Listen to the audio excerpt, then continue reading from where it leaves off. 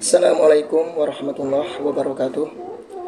Alhamdulillah wassalatu wassalamu ala Rasulillah wa ala alihi wa sahbihi wa man walah wa la hawla wa la quwwata illa billahi amma ba'du. Baik, teman-teman semuanya rahimani wa rahimakumullah. Alhamdulillah, di kesempatan kali ini kita akan membahas tips-tips dalam menuntut ilmu.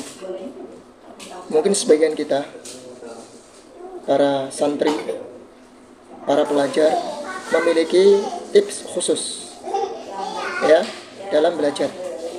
Namun di sini kita akan sharing bagaimana tips seorang mahasiswa, seorang santri, tulabul ilm pada umumnya agar sukses dalam belajar. Kita ambil dari tulisan Al-Ustadz Fandi Abu Syarifah. Beliau merangkum sebuah tulisan yang berjudul tips-tips dalam menuntut ilmu. Antum semua bisa buka atau join di Telegram beliau, namanya Kashful Tulab.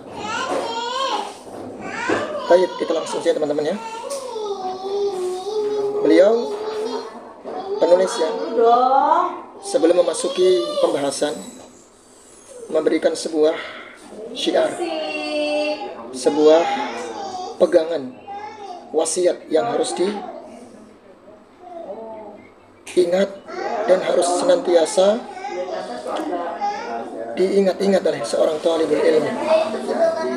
Ya, wasiat ini sangat luar biasa.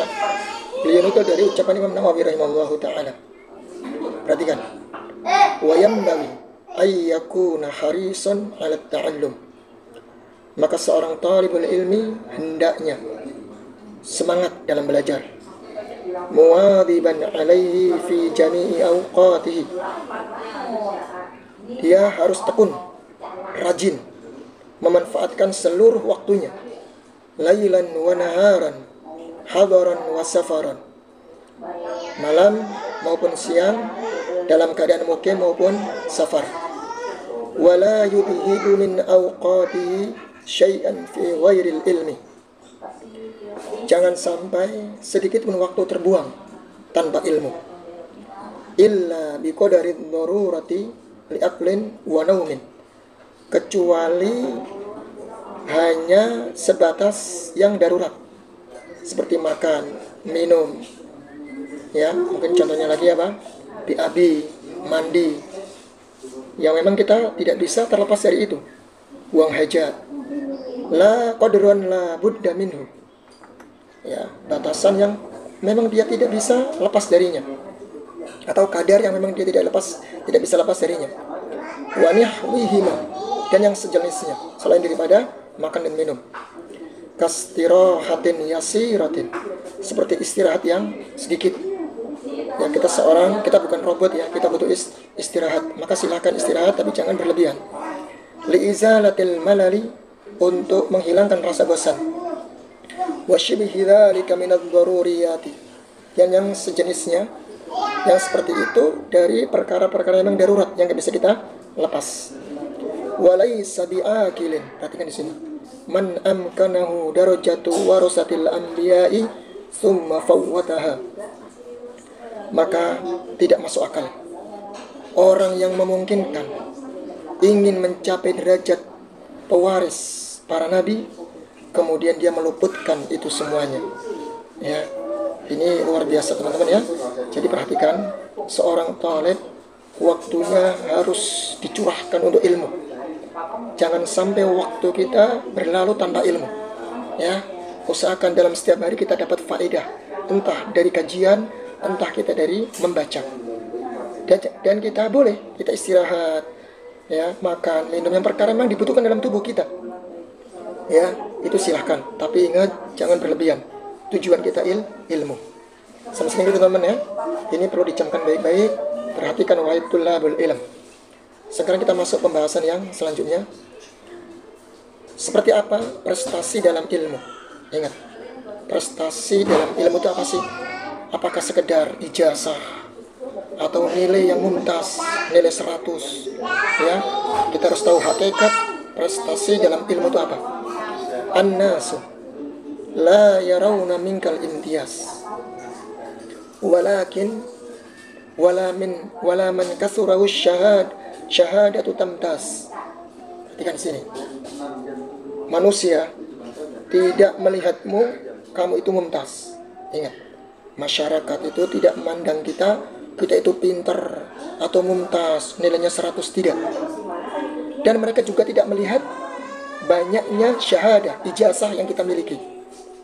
Jadi ingat, manusia, masyarakat pada umumnya tidak memandang, ya, entah engkau lulusan apa, engkau punya ijazah apa, engkau nilainya 100, mumtaz atau tidak, mereka tidak memandang seperti itu. Ya, karena apa ya kawan? Masyarakat itu pada umumnya melihat kita dari sisi akhlaknya. Seorang talibul ilmi kalau akhlaknya buruk, ya, pulang dari pesantren, ya, atau pulang dari sekolah di luar negeri, contohnya di Islamiyah Madinah, namun akhlaknya buruk, mereka tidak memandang kalau kamu ternyata di sana itu juara, mumtaz, hafal ribuan hadis. Mereka tidak memandang. Yang mereka pandang adalah akhlak kita. Perhatikan sini, wadbit minal ulumi wal adillah. Maka ikatlah, ya, ikatlah, kokohkan dari ilmu-ilmu dan dalil-dalil. Fa'antal fa'izu bihadai khoslah. Maka engkau akan sukses, engkau akan berhasil dengan memegang, ya, konsisten menguatkan dua pondasi ini, yaitu apa? Ilmu dan dalil-dalil. Jadi acuan prestasi seorang penuntut ilmu dalam belajar adalah saat dia kuat, dhabit terhadap ilmu yang dia sedang pelajari. Mungkin dia dalam pelajaran nilainya 100 atau bahkan mungkin mumtaz plus gitu ya. Namun ketika ditanya tentang hukum, ditanya tentang masalah, dalil, dia lupa. Ya, karena belajar hanya tujuan mencari nilai saja. Ini tentu sangat disayangkan sekali. Kemudian kita baca di sini kata penulis, kriteria orang dikatakan dhabit itu bagaimana? Ya, kriteria seseorang dikatakan dhabit, kuat dalam ilmu. Yang pertama adalah al-hifdz, memahami, kuat dalam kuat dalam menghafal. Hifdzu, menghafal masalah suatu ilmu baik secara lafal maupun makna. Ya, dia bisa menghafalkan, ya, ilmu tersebut secara lafal maupun makna, atau secara ringkasan lah, ya. Walaupun dia nggak hafal secara makna terlaki begitu ya, namun dia hafal dari sisi maknanya, maksud dari ilmu tersebut. Ini sudah dikatakan menghafal. Kemudian dhabit, ya, kuat dari sisi faham, al-fahmu, dari sisi pemahaman. Artinya dia mampu memahami dan mampu mengungkapkan makna yang dia hafal. Ya, setelah dia membaca, dia hafalkan, kemudian dia berusaha memahami dan dia bisa mengungkapkan, ya, menjelaskan kepada orang lain akan maksud daripada ilmu tersebut. Ini ikhwah, perhatikan ya, cara dhabit, ya, cara mengikat ilmu, kuatnya ilmu, satu dari sisi hafalan, dari sisi yang kedua dari sisi pemahaman. Perhatikan sini, i'lam bi annal ilma bit ta'allum wal hifdhu wal itqana wat tafahuma. Ya, ingat, i'lam bi annal ilma bit ta'allum. Jadi perhatikan, ketahuilah bahwasanya ilmu itu dengan belajar, wal hifdhi, dan menghafal, wal itqani, dan itqan, yaitu kuat dalam menghafal, wat tafahumi, dan memahami. Kemudian ikhwan, lantas bagaimana jalan kita atau cara kita, metode agar bisa kuat dari sisi hafalan maupun dari sisi tadi pemahaman. Di sini penulis menjelaskan cara atau jalan untuk biar kita kuat dari dua pondasi tadi, hafalan sama tadi pemahaman. Ada dua cara. Ya, makanya yang belajar ini, mau belajar agama maupun belajar ilmu umum, ya, terserah. Perhatikan dua metode ini. Ya, metode agar kokoh dalam ilmu, dalam pemahaman dan tadi pemahaman dan dari sisi hafalan. Yang pertama, talaqqi. Ini pentingnya di sini. Ilmu itu ikhwah, ya, harus dengan talaqqi. Artinya kita harus berguru langsung, mengambil ilmu dari ahlinya, dari syekh. Kita duduk di situ, mendengarkan, mencatat. Nah, ini ada sebagian kita meremehkan. Mereka mengatakan cukup dengan membaca kitab sendiri. Ya, kemudian dia ingat dan dihafal, itu bagus, terserah. Ya silahkan, tapi ingat, ilmu lebih afdal, akan kuat ya ketika seseorang dia hadir di majelis ilmu dan bertemu langsung dengan seorang guru. Karena di situ dia akan banyak belajar. Bagaimana mereka akan belajar akhlak kepada seorang guru. Dia akan belajar bagaimana sikap seorang talib di depan majelis, ya, mendengarkan guru, ya, kemudian mencatat. Tentu keberkahan yang dia dapatkan lebih banyak ya daripada hanya belajar sendiri. Ya ingat ikhwan, dan inilah yang dilakukan oleh para salaf dari zaman ke zaman. Mereka selalu talaqi, mengambil ilmu dari guru. Bahkan mereka rela menempuh perjalanan yang sangat panjang untuk ilmu. Bayangkan, atau bisa baca sendiri diukai para ulama seperti Imam Bukhari, Imam Muslim, Imam Nawawi, Imam Syafi'i, dan yang lainnya. Mereka menempuh perjalanan bertahun-tahun hanya untuk ilmu. Ya, maka talaqi ini metode yang sangat-sangat mujarab, ya, sangat mumtaz, sangat luar biasa untuk kuat dalam sisi ilmu. Baik. Kemudian yang kedua, teman-teman perhatikan, at-tadarruj. Ini juga tidak kalah penting. Terkadang teman-teman rajin mendatangi majelis ilmu dari satu kajian ke tempat kajian yang lain, ya, kajian ke kajian yang lain. Namun sayang, dia hanya hadir saja dan tidak tahu metode bagaimana cara mengikat ilmu. Ingat ya kawan, ilmu itu dengan tadarruj, step demi step, step by step. Artinya dengan tingkatan demi tingkatan. Iya, kita ingin semuanya hafal ilmu. Ya, kita ingin semuanya menguasai ilmu. Tapi ingat, ilmu itu butuh proses. Kita harus punya waktu atau disiplin ilmu pelan-pelan. Ya, step demi step dalam belajar sebuah kitab. Karena kitab para ulama, teman-teman ya, perhatikan, kitab para ulama itu mereka susun step demi step. Sebagai contoh saja, kitab bahasa Arab ya, Nahwu Shorof atau kitab Nahwu. Para ulama telah menyusun kitab yang paling dasar, pemula, kemudian masuk tingkat yang pertengahan, kemudian tingkat yang paling tinggi. Ya, contohnya kitab Jurumiyah, ini dasar dalam memahami kitab Nahwu. Kemudian kita ada syarahnya lagi, namanya Tuhfatus Saniyah. Kemudian kita bisa masuk lagi yang atasnya, yaitu kitab Qatrun Nada, Wabalus Soda. Kalau sudah bisa, nah ketika masuk lagi naik ke atasnya lagi, yaitu kitab Alfiyah Ibnu Malik atau Audhul Masalik dan yang lainnya. Banyak sekali kitab-kitab Nahwu yang sudah tinggi tingkatannya. Sama dengan kitab akidah, teman-teman. Ya, kitab tauhid. Mungkin pertama kali kita awali dengan kitab Ushulus Salasah yang paling ringan. Ini dasar untuk pemula yang ingin tahu tentang belajar tentang ilmu tauhid. Kemudian setelah akidah, kitab tauhid Ushulus Salasah, kita naik step yang selanjutnya, yaitu apa? Kitab Qawaidul Arba. Ya, Qawaidul Arba. Qawaidul Arba sudah paham, kita naik step yang selanjutnya, Kasyfus Syubhat. Kasyfus Syubhat sudah hafal, sudah paham, kita naik kemudian ke kitab Tauhid. Seperti itu teman-teman, ya.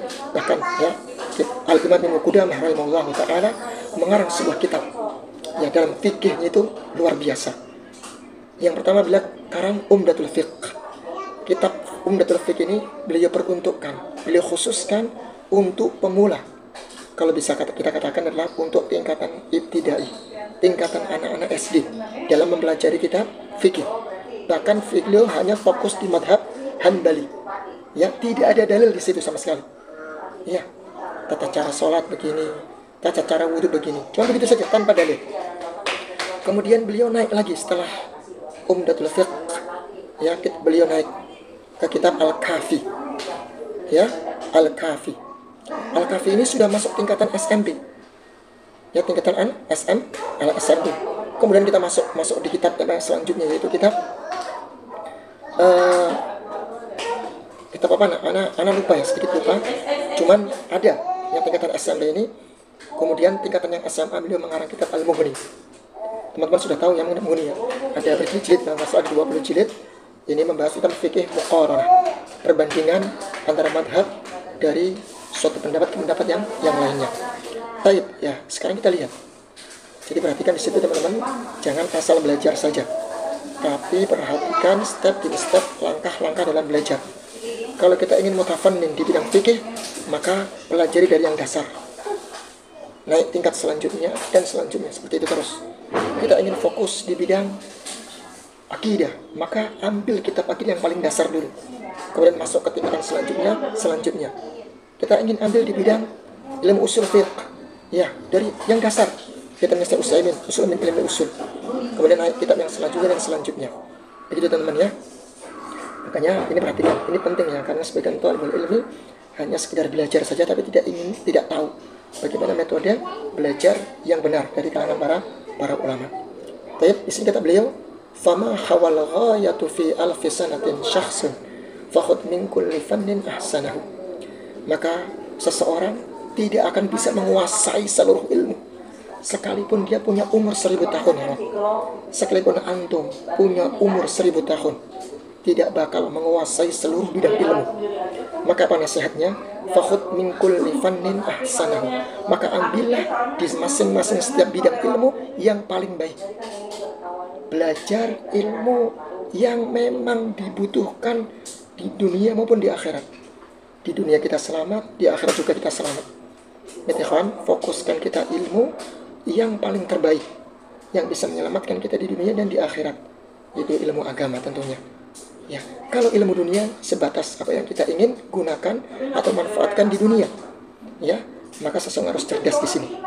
Ingat, sekalipun seandainya kita punya umur 1000 tahun untuk mendalami semua ilmu, maka tidak akan bisa, teman-teman. Tidak akan bisa, karena ilmu sangat luas sekali. Maka nasihat di sini, fakhud min kulli fannin ahsanahu. Maka ambillah masing-masing bidang ilmu yang terbaik. Yang terbaik itu abang fokus di situ. Ini ya, ini jangan semuanya kita ambil, akan nanti bercerai-berai semuanya. Tayyib, bi hifdzi matnin jami'in lirrajih, dengan menghafal kumpulan matan yang paling rajih, yang paling kuat, ilmu tersebut yang paling kuat, yang sudah yang rajih di kalangan para ulama, yang jauh dari kekeliruan atau kesalahan, yang sudah disepakati akan kebenaran dari kitab tersebut. Tuhilluhu ala mufidin nasihin. Kemudian setelah dia menghafal matan yang rajih tersebut, dia talaqi, dia belajar, dia manfaatkan, dia belajar kepada seorang guru, seorang alim yang memberikan faedah dan memberikan nasihat. Ya, dia bacakan kepada guru tersebut, dia minta dijelaskan, ya, minta dipahamkan, kemudian dia fahami dengan baik dan dicatat. Summa ma'al fursati fabahas anhu. Kemudian kalau dia sudah bisa dan punya kesempatan, maka belajar membahas, mendalami, membahas kitab-kitab para ulama. Kemudian menghakik, belajar mentahkik, memberikan catatan-catatan. Wadakik, mentadakik, mentadakik lebih dalam lagi, mentakhrij hadisnya, wastamadda minhu. Kemudian dia berusaha untuk mengembangkan dari ilmu itu semua. Paham teman-teman sampai sini ya? Sekarang kita lanjutkan teman-teman ya. Lantas bagaimana metode tadarruj? Metode belajar step demi step. Perhatikan di sini. Di sini ada 2 cara dalam tadarruj. Penulis menyebutkan tadarruj yang pertama dalam satu ilmu. Yaitu bagaimana? Yaitu seseorang memilih salah satu ilmu yang sesuai dengan kecenderungannya, kesukaannya. Mungkin teman-teman suka di bidang ilmu akidah, maka fokus ke situ. Teman-teman suka dalam bidang ilmu fikih, maka silakan kuasai di bidang itu. Teman-teman suka di bidang ilmu bahasa Arab, silakan fokus di bidang ilmu tersebut sesuai dengan kesukaan teman-teman. Setelah itu menapaki tangga belajar hingga menjadi ahli dalam bidang tersebut. Setelah kita ambil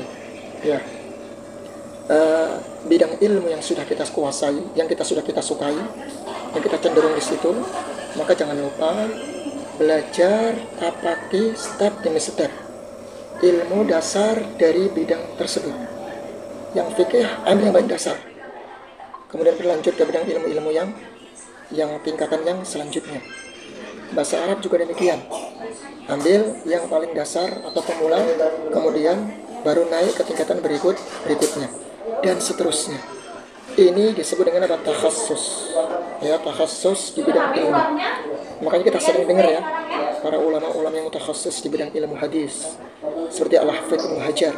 Jadi dia tekun di situ di bidang ilmu hadis tersebut. Seperti Syekh Al-Albani rahimahullahu taala. Jadi seorang pakar alul hadis karena beliau mencurahkan waktu dan ilmunya di situ. Ya. Kemudian juga dalam ilmu bahasa, kalau teman-teman dengar ya, seperti Imam As-Sibawayh, Al-Imam Al-Kisai, Ibnu Malik dan yang lainnya. Berarti mereka mutafannin, dikenal di bidang ilmu tersebut, pakarnya di bidang ilmu tersebut.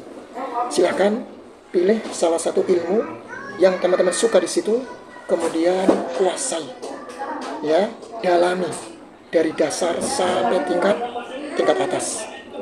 Begitu caranya. Yang pertama dalam satu ilmu. Terus yang kedua, caranya ada tadarruj yang kedua. Step demi step yang kedua adalah dalam berbagai ilmu. Oke lah, mungkin dia mengambil jurusan ulum syar'i. Jadi semua ilmu diambil.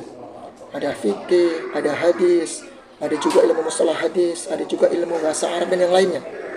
Yang seperti ini, maka dia memulai dengan memahami pondasi-pondasi ilmu di setiap bidang ilmu. Ya, jadi dasar-dasar dalam ilmu hadis itu apa saja harus dia kuasai. Dasar dalam ilmu fikih itu apa saja dia harus dia kuasai. Dasar-dasar dalam ilmu bahasa Arab apa saja dia harus kuasai. Ya, kalau dia ingin mengambil dari berbagai ilmu, ya tidak fokus dalam satu ilmu, maka minimal dasar-dasar dari bidang ilmu itu dia sudah paham dan dia kuasai. Ini namanya taksil. Ya, metode taksil. Taksil itu mengokohkan dasar-dasar di bidang ilmu. Baik. Jadi di situ dijelaskan ya bait syair yang pertama, fama khawal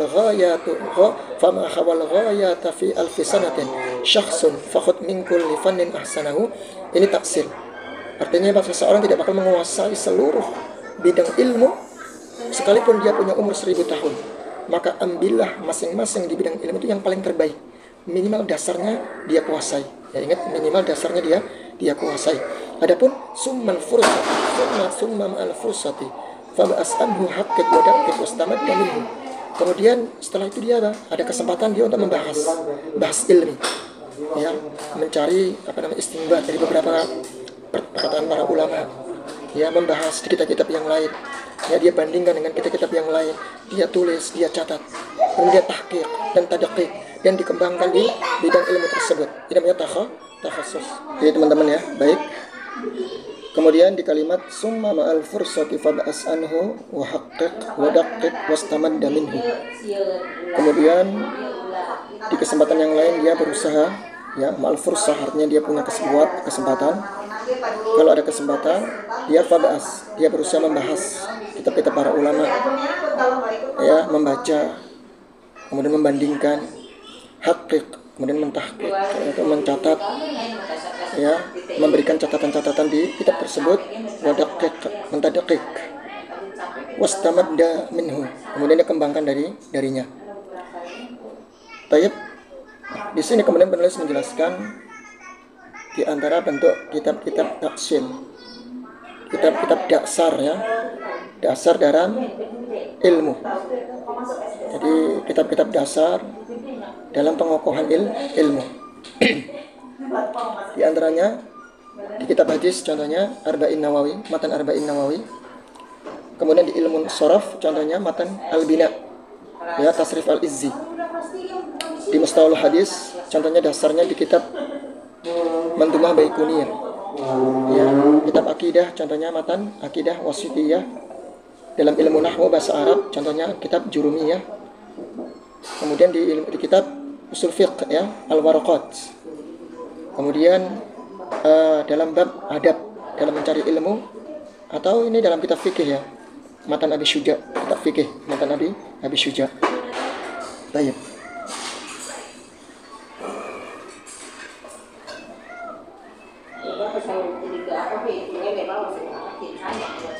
Kemudian juga penulis di sini membawakan yang takhasus, ya, yang takhasus dalam bidang ilmu. Contohnya kitab Fathul Qarib, ya, fi syarhi al-fadil qarib, ya, Fathul Qarib al-Mujib fi syarhi al-fadil qarib. Kemudian Umdatus Saliq wa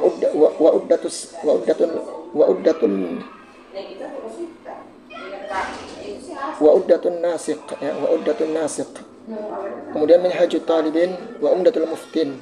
Ya, ini karya Al-Imam Nawawi rahimahullah taala. Baik. Kemudian di sini penulis menjelaskan metode talaqi. Nah, untuk metode talaqi ini ada dua cara. Yang pertama, talaqi melalui kitab. Talaqi dengan kitab, maksudnya bagaimana? Metode ini bermanfaat dengan dua syarat. Ingat, talaqi dengan kitab-kitab para ulama itu ada dua syarat. Yang pertama, dia harus memiliki fondasi dalam ilmu seperti tersebut, sehingga mampu memahami ibarat kitab dengan benar. Berarti dia sudah punya ilmu bahasa Arab, punya dasar-dasar ilmu bahasa Arab, ilmu alat untuk bisa membaca kitab para ulama. Jadi silahkan ya, kalau sudah bisa bahasa Arab, punya fondasi yang kokoh, silahkan pahami, baca kitabnya para ulama. Karena kalau dia nggak bisa bahasa Arab, bagaimana akan bisa memahami kitabnya para ulama? Ya, yang kedua, mengutamakan kitab ulama mutaqaddimin. Ya, ikhwan ya, mengutamakan kitab para ulama mutaqaddimin yang telah ulama-ulama terdahulu. Dari ulama madhab yang terdahulu. Kemudian metode talaqi melalui guru. Ini yang paling efektif ya tentunya yang kita sarankan. Cara ini yang paling efektif dan wajib dilakukan saat masih di tahap awal belajar ilmu. Jadi teman-teman yang baru belajar ilmu, usahakan untuk talaqi, langsung berguru dengan para ulama, dengan alim, seorang guru, seorang ustadz, seorang dai, langsung duduk di majelis ilmu. Ada dua cara di zaman sekarang, dengan cara langsung, ya, artinya datang ke majelis ilmu, di kajian langsung, atau dengan cara online, ya. Online yaitu dengan mendengarkan rekaman atau siaran. Untuk talaqi dengan cara online ini sekarang sudah banyak sekali ya di internet, via Telegram bisa, YouTube bisa, atau yang lainnya Facebook juga bisa. Ya, bagaimana caranya? Ada dua cara di situ. Dengan cara pertama mendengarkan rekaman-rekaman. Biasanya kalau di YouTube ada playlistnya. Teman-teman buka dari awal pelajaran sampai akhir pelajaran. Semakin dimudahkan ya, Masya Allah di zaman sekarang untuk belajar itu. Jadi nggak ada alasan tidak mau belajar. Lewat media sosial bisa teman-teman. Teman-teman mungkin seorang pekerja yang sibuk seharian bekerja, maka malamnya ambil kesempatan 1 jam untuk belajar online lewat YouTube, Telegram, ya, atau media sosial yang lainnya. Atau untuk melihat teman-teman bisa dengan secara langsung. Biasanya masyayikh atau seorang ustadz, seorang dai itu nge-live ya, nge-live membahas kitab-kitab tertentu, maka silakan itu disimak dan didengarkan. Ya, jadi berusaha untuk menghilangkan kebodohan dari diri kita. Jadi saya ulangi lagi, metode talaqi yang paling efektif itu dengan guru, belajar langsung dengan seorang yang alim. Itu bisa dengan lewat online maupun lewat langsung. Silakan bisa dipraktikkan teman-teman ya. Kemudian di sini penulis membawakan sebuah referensi ya untuk taksil online. Beberapa program taksil online yang sangat disarankan dan dianjurkan.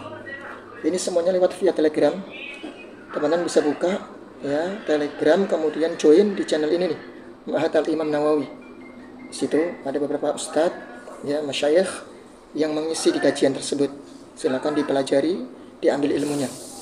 Atau juga di join ya Ta'hil Asy-Syafi'i. Jadi takhusus di mazhab Syafi'i. Dari awal sampai dari yang dasar sampai yang tingkat tinggi. Ini Syekh Labib kalau nggak salah ya, Dr. Labib. Ya, Dr. Labib An-Najib. Ya, saya sering lihat nih di YouTube beliau ya, sering live kajian di YouTube. Silakan teman-teman bisa join. Ingat ya, yang sudah punya pondasi bahasa Arab tentunya. Ini juga ada kitab di internet juga bisa join channel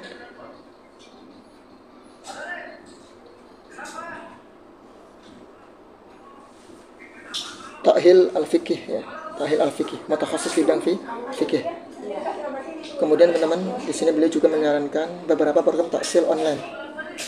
Yang disarankan di sini kajian kitab At-Turath bisa join di lewat Telegram, kemudian juga bisa di bahasa Indonesia juga ini ya, semua berbahasa Indonesia.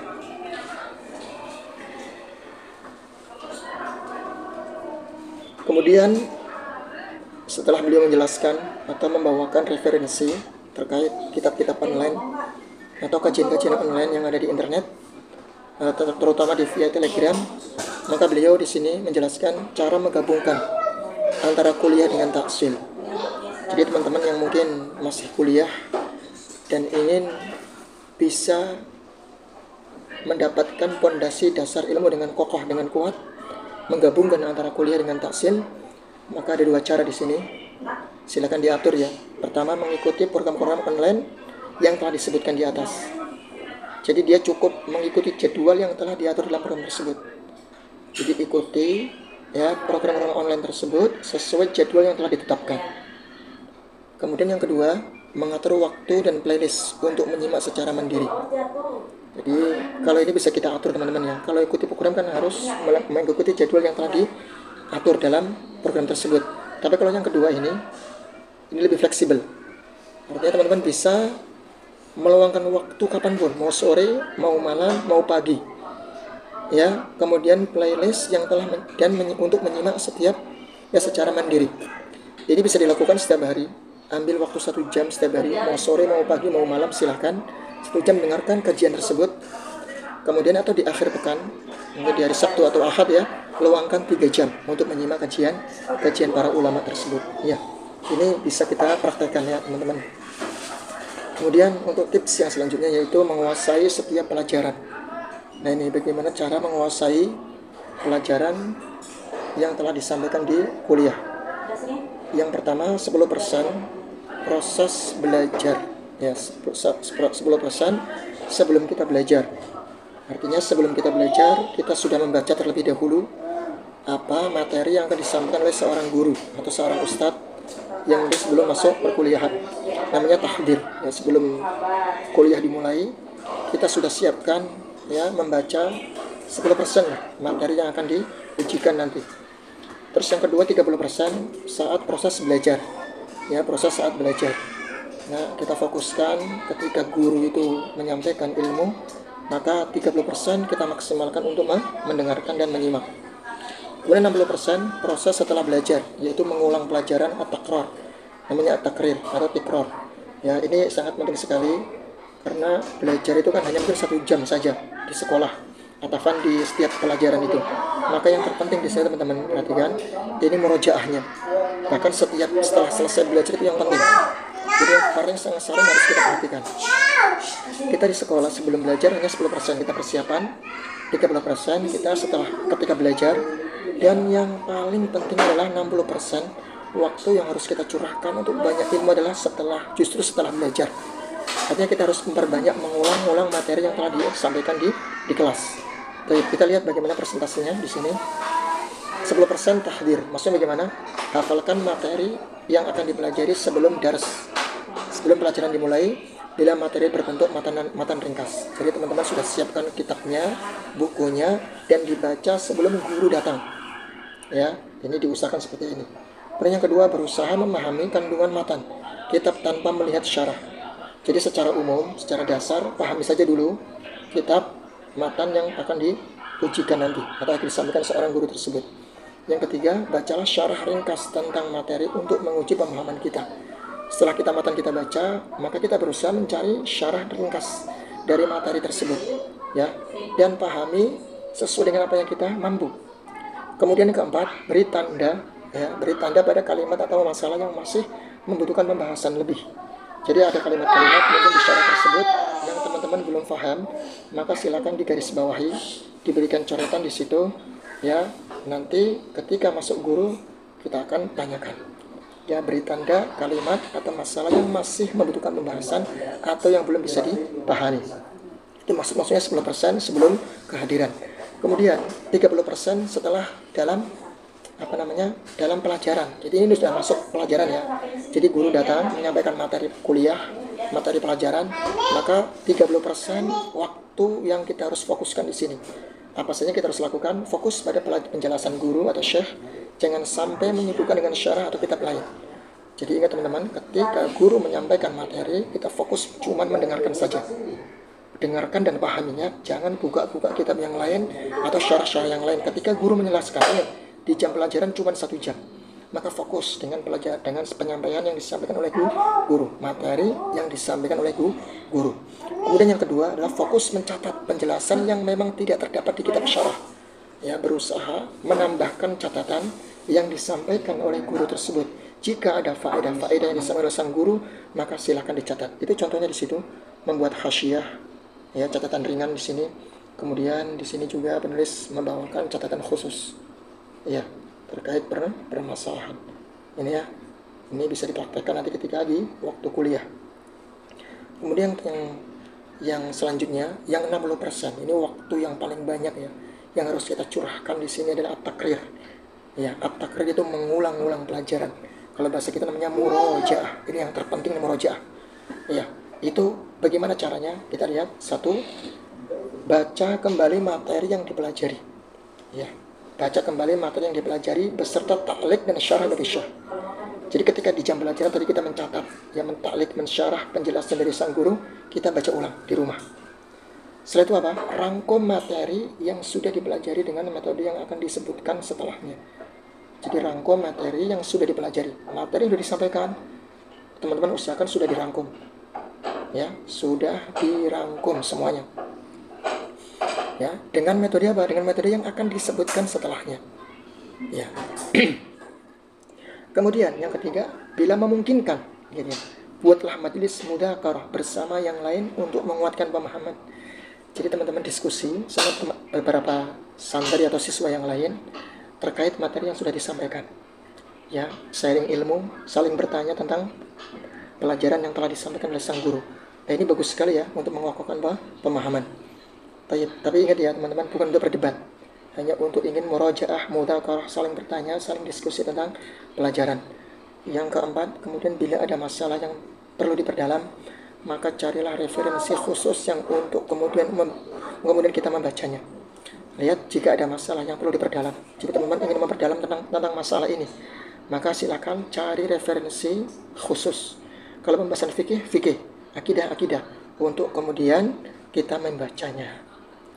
Kemudian di sini penting, perhatikan di sini ada catatan penting, jangan menunda pengulangan murojaah hingga masuk pelajaran berikutnya. Ini yang sering kita terkadang keteteran. Kenapa kita keteteran dalam pelajaran? Gak paham, terulang-ulang. Ini di sini masalahnya. Jangan sampai kita menunda murojaah, ya. Kemudian masuk pelajaran yang berikutnya kita sudah gak paham. Ini sering sekali dilakukan oleh seorang thalibul ilmi sehingga dia ketinggalan. Jadi nggak diulang, nggak dimurojaah pelajarannya, sehingga masuk pelajaran berikutnya nambah lagi, akhirnya numpuk di situ. Ya, nggak pernah dimurojaah sehingga ilmu hanya lewat begitu saja.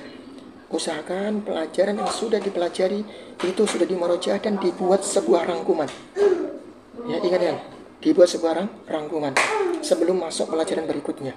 Ini penting ya kawan ya teman-teman. Yang kedua, khususkan waktu di akhir pekan untuk murojaah apa yang telah didapat selama 1 pekan. Jadi khususkan waktu 1 pekan.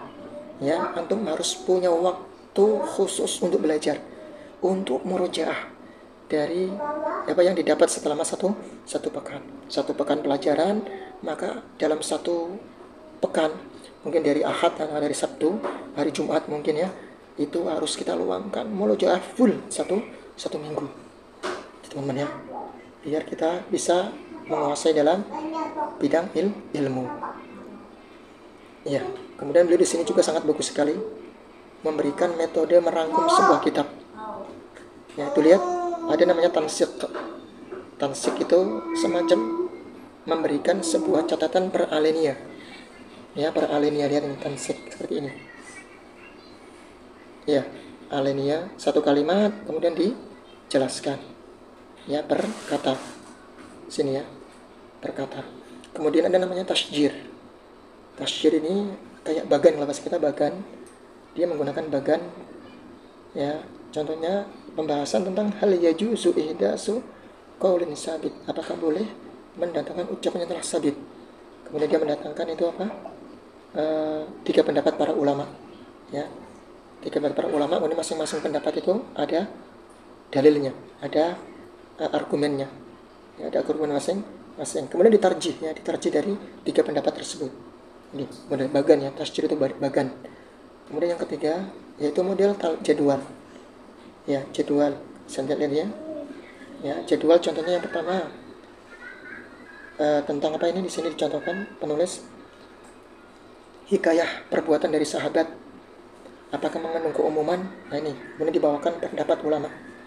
Pendapat pertama satu, ini dalilnya begini. Pendapat yang kedua, ya, ini pendapatnya mengatakan begini, ini dalilnya seperti ini. Ya, jadi masing-masing dibuatkan tansik, ya, jadwal masing-masing dari pendapat tersebut dan argumen masing-masing pendapat. Begitu cerita teman-teman ya. Ini metode sangat bagus sekali, bisa ditiru teman-teman yang mau belajarnya biar semakin tertata dan sukses di bidang ilmu. Kemudian juga di sini teman-teman penulis membawakan channel-channel Telegram yang sangat recommended di bidang ilmu, yang sangat bermanfaat sekali. Kita lihat di situ ada Jami' Kutub Al-Musawwarah. Jadi semua kitab tersebut dikumpulkan. Semua kitab para ulama terkumpul, bahkan itu bergambar ya, berwarna lagi. Silakan teman-teman join dan kitab yang dibutuhkan di situ silakan download. Banyak sekali. Saya udah ada di situ di Telegram ya. Kemudian yang kedua juga ada bahis ilmi tentang pembahasan ilmu ya. Itu juga teman-teman kalau sangat bagus sekali. Silakan join dan bergabung ya. Kemudian ada takrir muqarrarat ya. Ini juga di situ. Kemudian ad-durar al-bahiyah, ada al-haqani bis-salih, al-hiqni bis-salihin wa al-hiqni bis-salihin. Silakan join. Kemudian kashful talibul ilmi ada majmu' muqarrar, takrib al-Alfiyah Ibnu Malik, ada fawaid asy-Syafi'i. Ya, silakan bisa dipelajari dan masuk di join di channel Telegram tersebut. Ya, di sini juga ada beberapa webs ya yang bisa teman-teman install, kemudian bisa download beberapa kitab-kitab para ulama. Di situ ada kitab Turat, aplikasi Turat bisa diinstal lewat Play Store ya, atau web Chrome ya, Chrome di situ bisa. Ada Al-Bahis Al-Qur'ani juga di Play Store ada, kemudian di Chrome juga bisa. Al-Bahis Hadisi juga bisa diinstal di lewat Play Store atau di Chrome. Kemudian Ad-Durar As-Saniyah juga bisa diinstal di Play Store atau Chrome. Kemudian juga Al-Hufadul Mutun, jadi menghafal matan-matan ulama, silakan bisa di-download di Play Store. Baik teman-teman, ya semoga bermanfaat dari penjelasan ini. Mohon maaf atas segala kekurangan yang kami sampaikan ya, karena kebenaran hanya milik Allah Subhanahu wa taala. Billahi taufiq wal hidayah. Wassalamualaikum warahmatullahi wabarakatuh.